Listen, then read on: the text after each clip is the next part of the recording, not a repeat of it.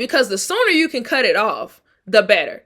Because you don't want to end up in a marriage with a manipulator or a narcissist. Like, it's going to break you down.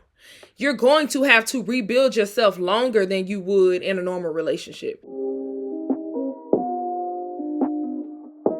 Yo, party people, it's Ashley of SingleWomanChronicles.com, where I encourage single women to be the best version of themselves through healing and avoiding certain pitfalls in love, dating, and relationships. And today's episode is brought to you by my book, How to X Your Ex, a guide to getting past unhealthy relationships. It's time to end the agonizing cycle of unhealthy relationships. Most people struggle with breakups because they just don't know how to start the healing process. How to X Your Ex is a step-by-step guide on moving past unhealthy relationships. Renew your strength and find happiness again by walking away from relationships that no longer serve you. Start fresh by exing your ex. Learn how to stop the overwhelming thoughts of your ex. Get rid of the feelings of regret and shame. Eliminate the crushing feelings of rejection. Be at peace with your decision to leave. Be hopeful that there is better out there for you. Get the book today on Amazon, books on Google Play, Apple Books, Barnes & Noble website, and Audibles. It is so hard as a Black person not to put the S at the end of certain things that don't belong. Like Barnes & Noble, like I want to say Barnes & Nobles, but I'm pretty sure it's just Barnes & Noble. Or like Kroger, like you just put that Kroger's in there, like, dude, it don't go there. But whatever, it's just a part of being Black in America. All right, so today we are going to talk about the Derrick Jaxn interview. So, because I listened almost a week ago, I had to write notes about it. But initially, so part one, my first reaction was I felt sorry for her with so many people apologizing to her. I don't recall myself saying anything crazy about her, thinking anything crazy about her. I felt like she was wrongly in the line of fire. Like she was the victim, but people were going in on her instead of going in on Derrick. Now, I will say after I finished both interviews that I already didn't like Derrick Jaxn. Like after I found out that he was basically, he just what I don't think it's good character to build a platform on the opposite of who you are.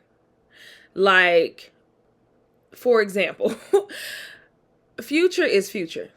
Okay? Say what you want, but he not out here lying about his character. He is a trash dude, and he's okay and proud of being a trash dude.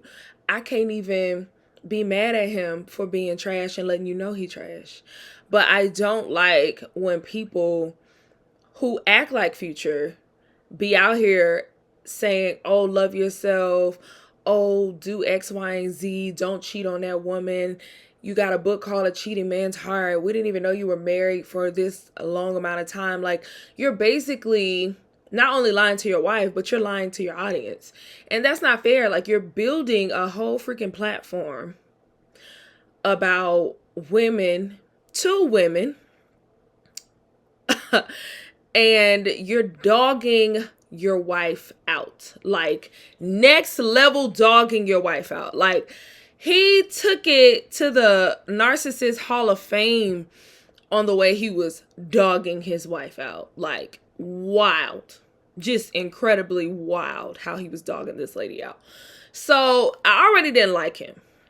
But I just have a complete disdain for him after listening to both interviews. Because I'm like, this man is a little bit crazy. I don't even know. We're talking about she crazy. He the crazy one. Because you got to be a sociopath. Like, you're narcissistic for sure. But borderline sociopathic to do the things that you're doing to this poor lady. Knowing that she's fragile as she is. So it's just, good Lord. If you haven't watched the interview, I would say go and watch the fullness of it. It is long. It's 3 hours, but it's not boring. So, the 3 hours will go by pretty fast because it's a part 1 and a part 2. And the part 1 goes into just her childhood and how she met him when she was 19, which is really, really young, and just the stuff she went through prior to him.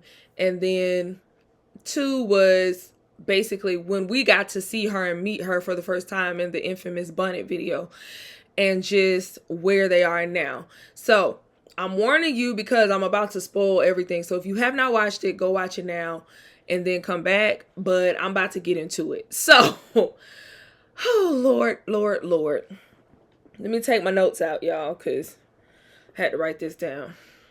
So, the first thing that popped out, which I say this all the time, but this is why it is important to, 1, not date when you are healing or unhealed, to not date when you just coming out of something very traumatic, because you're not going to make the right decision, because you're picking from a place where, like, 1, you're not fully yourself.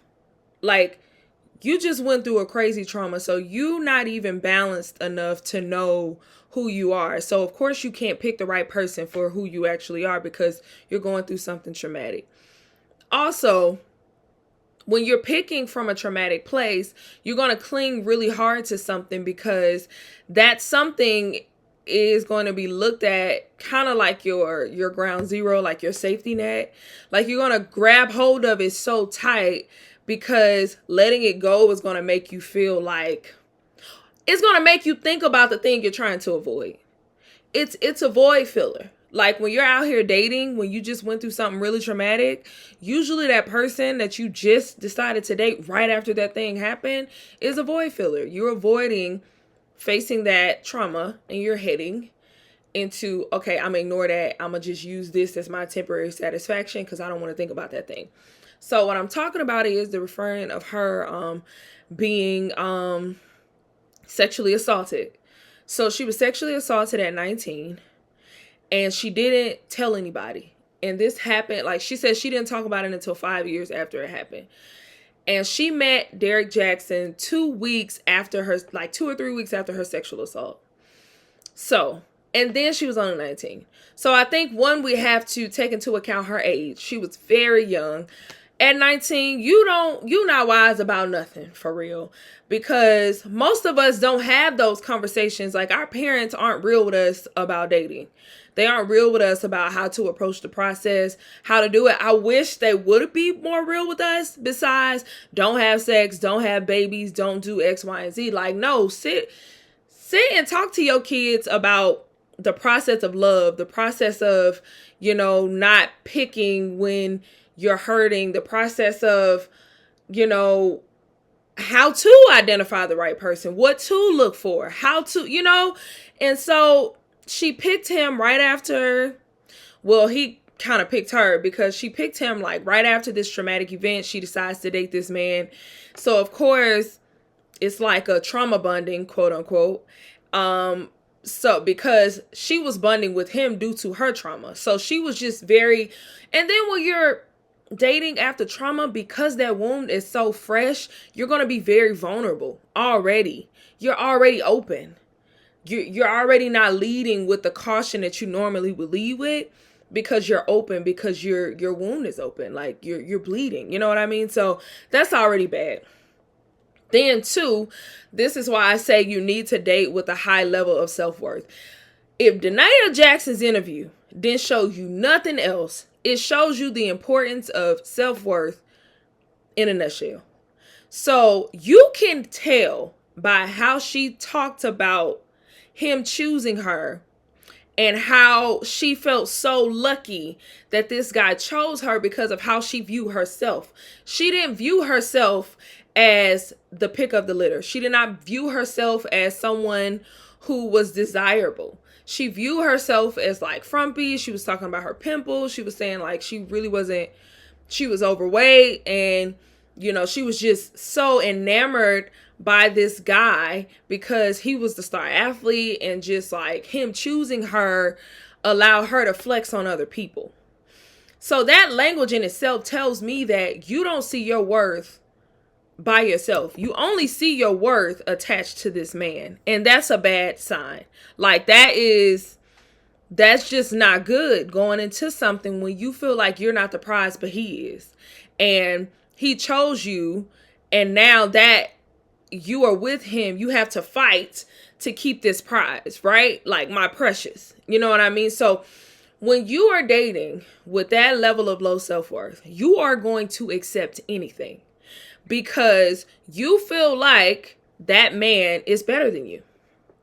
She said in so many words that he basically like picked her, but she really wasn't like good enough for him, quote unquote. Like, to the normal eye on the outside looking in, people wouldn't look at her like, why? People would question like, why they together? You know, that kind of thing. So when you view your situation like that, you already at a loss. Like, you already got the short end of the stick. Trust me, I know. Because there have been several guys that I've dated, and I felt, you know, when I was on my low self-worth journey, you know, early 20s in high school and stuff like that, like, I had low self-worth. So like, certain men, I would literally only date them because of status. I would only date them because I felt like, oh, he's so fine. If I'm attached to him, if I'm dating him, then that makes me even better. People are going to look at me like, look, she got the guy, such and such and such. And that was because my self-esteem wasn't high enough to feel like my worth was good on its own. So you're going to, again, accept anything and do anything just to maintain this relationship, as we saw that she did. We saw this woman get cheated on from the time they met at 19 to the time where he asked for a divorce in 2023. That is wild. Like, over a decade, she had to deal with this nonsense. Like, that is crazy. And it's because she has such low self-worth on top of the trauma, right? So I can't blame her because you're 19. You have a low self-image of yourself, like low view of yourself, and then you went through this traumatic event. So it's just a lot going against her, right? So the next thing I wanted to touch on is how she kept defining things, because Laterris was asking her questions like, so were y'all together? Were y'all exclusive? Was he faithful? Was there a commitment? And she was like, well, we got to define that. So we got to define faithful. We got to define monogamous. We got to define this, that, and the other. And I'm just like, I thought about something. I was like, love is hard, but it shouldn't be that complicated. Like, yes, you're going to have to fight in love, because I think what makes love hard is the sacrifice. Because you have to, in a sense, die to yourself, die to your wants a lot of the times in order to fulfill that person's needs, right? It becomes a selfless act because you're like, okay, I love this person, so I want them to be happy. So I have to sacrifice my wants sometimes in order for their needs to be met, right? And I think that's what makes love hard in the sense of it. And, you know, just life be lifing as well. But I feel like although love is hard, it shouldn't be that complicated. Meaning, y'all need to have a common goal in this thing. Y'all need to have the same mindset. Y'all need to be, that's what they talk about, equally yoked. Like, y'all need to know what y'all are doing. Y'all need to know, okay, what's our goal here? How are we getting to this goal? What's the strategy? Like, what are we doing? So to hear her constantly say, well, you got to define this, you got to define that. They were not on the same page, child. They were not even in the same book. Okay. All right. Now, they weren't even in the same library. His library was over in Houston. Her library was in Washington, D.C. Okay. They did not have the same mindset. You know, they say when you get married, two become one. Listen, two didn't become one when they got married. Two became 16 because he had about 16 women on the side at the condo, honey. It was a lot going on. So my takeaway on that is, when you are dating someone, especially when you're dating for marriage, And this is me. Y'all, I'm a singles expert. I ain't never been married. But what I do is I study a lot of people's marriages that are around me, as well as like listening to positive podcasts about marriage and love and things of that nature. And so this is just what I've gained from listening to these people, right? When you're dating somebody for marriage, you should pay attention to how hard they make the process. Meaning, like, are y'all on the same page? Is it like pulling teeth trying to figure out what the direction is in the relationship? Like, it shouldn't be that complicated. It shouldn't be that complex. Like, come on, people. So I say try your best to date someone who has a common goal as you, you're equally yoked with, and I'm not just talking about the same Christianity or the same like spiritual walk. I'm talking about someone who you guys have the same like similar values for the most part. Y'all going in the same directions. Y'all got the same goals as far as family. Y'all got the similar goals as far as like how you want the household to be run, what the roles are, like what love looks like to you, what vulnerability look like. It shouldn't be that complicated. What does monogamy look like? You definitely got to ask that nowadays with polygamy, out here running rapid. Like, it shouldn't be that complicated. It should be hard because, sacrifice is hard, but it shouldn't be complicated. Okay, y'all. I want to talk about also the levels of manipulation. Okay, listen. I've dated a narcissist before, right? But I feel like I was able to snap back pretty quickly because I only dated him for a year. Although I did lose myself for about 10 months of that year, I knew I was lost. Like, I knew that I wasn't myself. So I was taking my time to get back to myself in order to exit the relationship, right? So I will say that when you're in a relationship that's that manipulative, it is really hard to navigate. And it's levels to manipulation. So it's women like Danae. She was in a relationship with a narcissist from the age of 19 to now she's 33. That's a long time to be in a relationship with someone who's manipulating you at the level that Derrick was manipulating her. Like, legit, this man had a whole house with his wife and kids that he didn't even stay at full time. He had a condo that he would stay at full time and was lying to his wife, telling his wife, oh, I'm here for work. I got to record the videos because of the aesthetics. Then you got this man over here. She's telling him, okay, I know you done cheated on me all these times, but now I want a fresh start. I want us to start over. But in order for us to start over, I need you to cut these women off. This man looking at this woman saying, oh, I can't cut these side pieces off because you're going to make the block hot. What? This man who, instead of protecting his wife, was so selfish that instead of protecting her and keeping her out of the spotlight and taking 110% accountability on his own for cheating on his wife, he takes her on camera unprepared in a freaking bonnet and didn't even care enough to let her know, like, jazz yourself up, get cute, let me bring the makeup artist in, let me bring the hairstylist in, put you on this camera, because he knew what he was doing. He knew that when they saw her, that they was going to attack her and the attention was going to be off him. I believe he knew exactly what he was doing. So this woman has been manipulated, holding on to this relationship. And she ain't healed from the major trauma that even happened to her, but she keep getting traumatized by this crazy, crazy man. And she's going through this thing. And she was only 19. She was a baby when she went into it.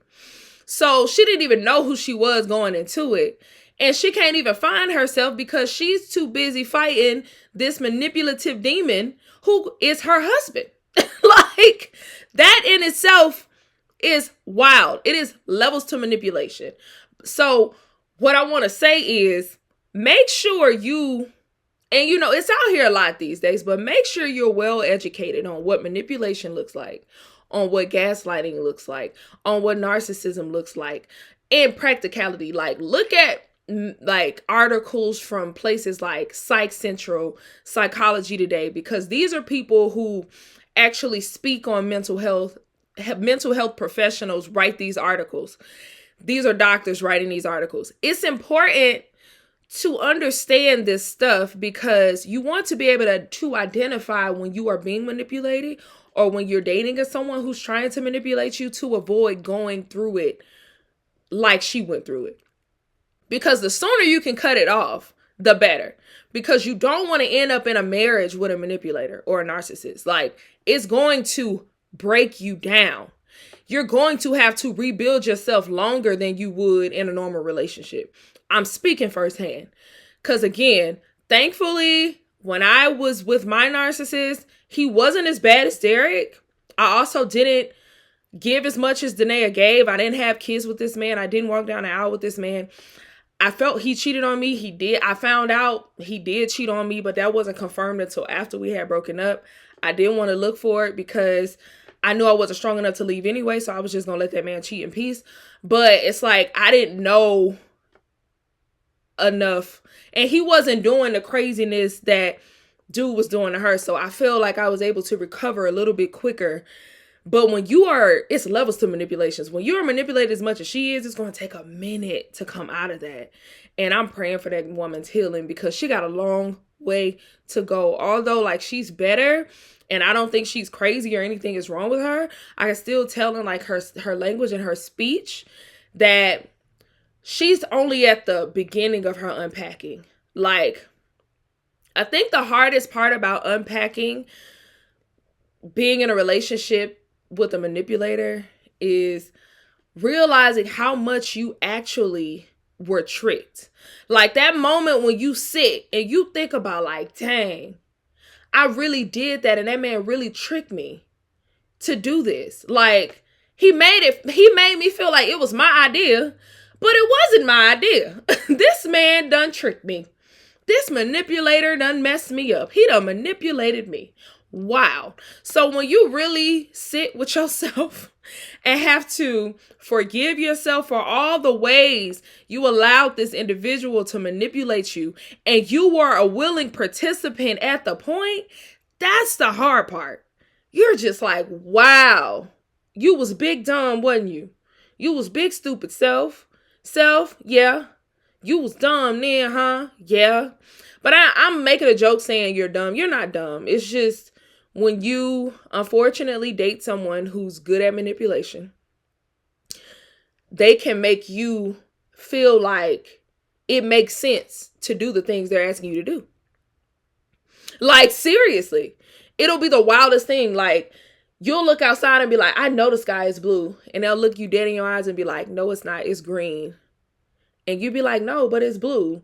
And then they'll say something crazy to manipulate you into believing that it's green, and then you'll start questioning yourself like, dang, maybe the sky is green, and maybe I've been wrong my entire life. So don't feel bad. Don't call yourself dumb or stupid. I just know it's like really hard coming out of that once you've dated this manipulator like crazy. Side note, my dog is over here snoring like he works the graveyard shift. So if you hear snoring that sounds like a human, it's him. Like, bruh, you ain't worked a day of your life. Why is you over there snoring like you worked the graveyard shift? I'm about to throw something to wake him up. But anyway, so yeah, definitely have to touch on the manipulation. On top of that,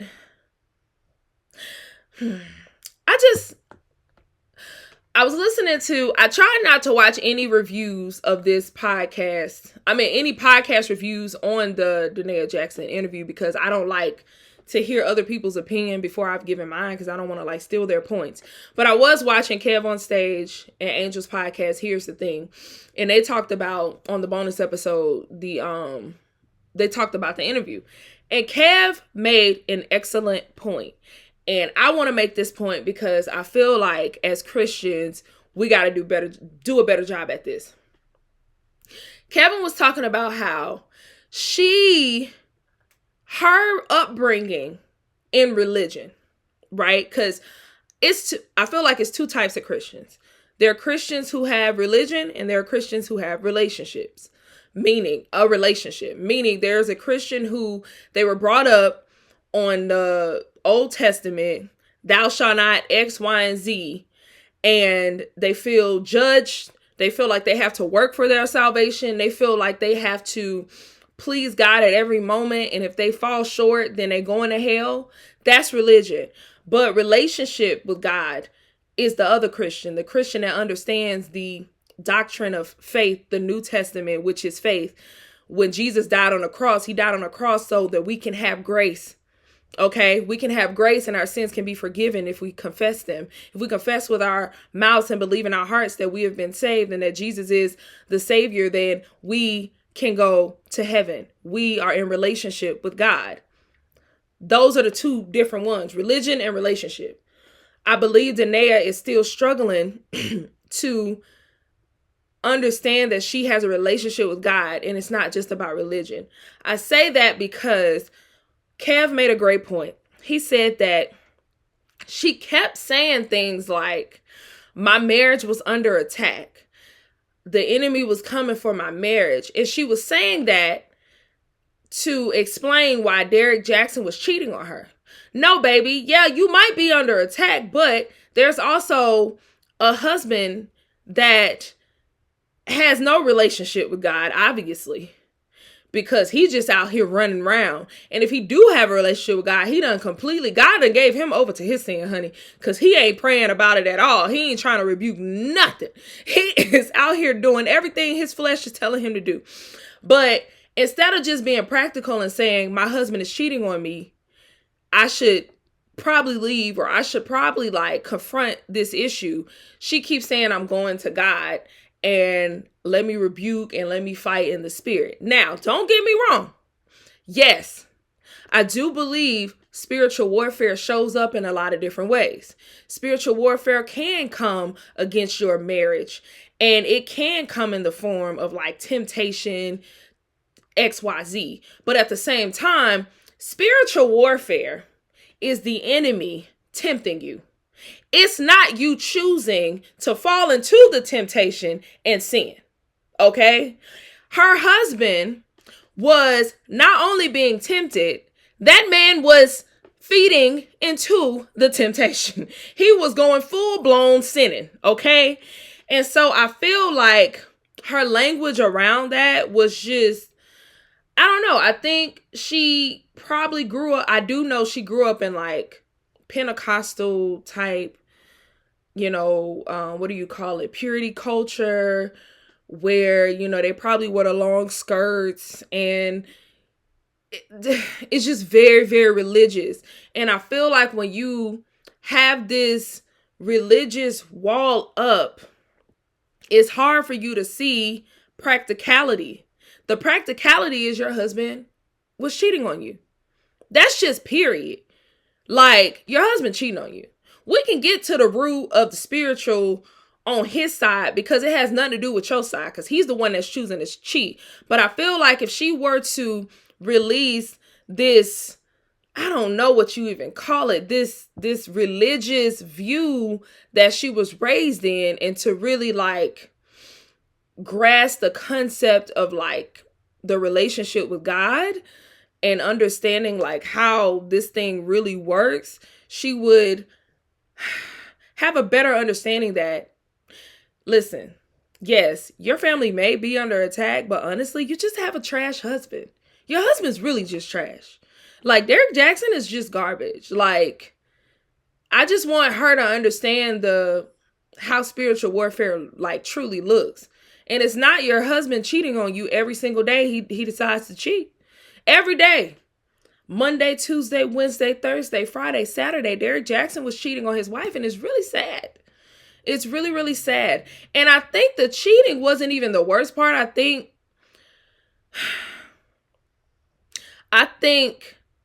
him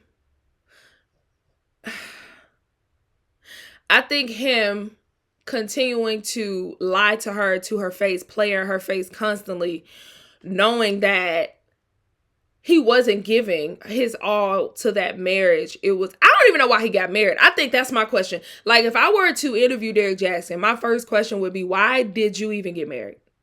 Like, what was the reason? Because love don't look like that to me. There's no way you love that woman.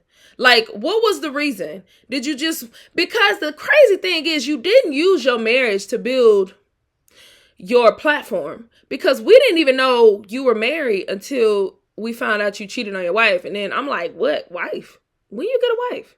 Why you never talk about your wife? What? So I think that's just like my main question. But I don't know. But going back to the Danae, I just feel like we have to stop being over religious about practical everyday things. Like, some stuff ain't about a tag. It's just about a person making a choice. Like, some stuff is just like, it's just that simple. Like, not everything bad that happens to you is the enemy attacking you. It's just, sometimes some bad things just happen. Like, life just be life, and we have to understand that. Literally, the Bible says you will have troubles. Like, it says that. So I think a part of her being so overly religious is probably why she fought so hard. I think that's probably why she fought so hard and didn't see a spade as a spade. Like, instead she saw it as like, oh, this is an attack. If I pray hard enough, then I can change him. And that's another thing. We got to stop thinking we can change these people through prayer. Yes, God can change anybody if they want to. Like, that part, I feel like it's easier to have change, like, if that person is receptive, if that person has a relationship. Now, you can be intercessory. You know what I mean? You can intercede with people, for sure. You can pray for others. I know people's prayers for me when I wasn't receiving or any type of Christian helped me become one. But what I'm saying is, like, you can't force it, if that makes sense. Like, I hope I'm making sense when I say that. Like, you can't force that. Like, God is going to work in his own time. And sometimes it's just not God's will. Like, I want to know, was she praying for herself and praying for wisdom as hard as she was praying for this God to save her marriage? Because I feel like if she was praying for wisdom, guys would have been like, hey, you need to leave. I don't know. That's just my opinion. Like, this, that's just my opinion. I don't know. So I don't want y'all like saying, oh, you don't know what God, I don't know. Like, I really don't know. But I just wish she would have prayed harder for herself in that marriage instead of trying to pray that, you know, God save the marriage. But I feel like she didn't have a voice for so long because she was silencing herself. She didn't even confront him when they weren't married about his cheating. So her voice, like, she was refusing to speak up, but a lot of that has to do with the trauma and her low view of herself. So it was just a whole lot. But the last thing I would say is just give yourself grace. Give yourself grace when you're going through these situations. And I would say give other people grace too. Like, you have to extend grace. Because I know there were times when I was stupid and people gave me grace. Like, it was times when I was like in situations that I knew I shouldn't have been in. And I know I was foolish for even going into the situation. But instead of judging me, my friends just walked beside me, you know, asked what I needed. And then eventually, like, when I asked them for advice, they, you know, were still graceful with how they said it. But in a nutshell, they were like, yeah, you shouldn't have been in that anyway. And just me giving myself grace through those situations. But let's not be so quick to judge people. Like, let's give them grace. And even now, I have friends where I see certain things about, like, what they're doing that I may not think is such a good idea. But I'm going to mind my business. And if they need me, I'm going to be over here.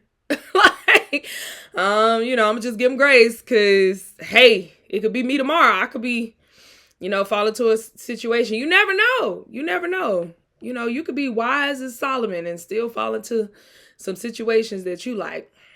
Now you know better. You know what I mean? Because we all have weak moments. So, yeah, I think that's all I got on this. But yeah, y'all can comment on what your thoughts were, because yeah, it was an intense interview. It was very intense. My heart goes out to her. I pray love and success and just wholeness in her future. And yeah. And Derrick, come on, bro. Like, I pray for Jesus. I pray for deliverance for him too. Because that is just horrible what he did to that woman. But all right, y'all. Till next time. Bye.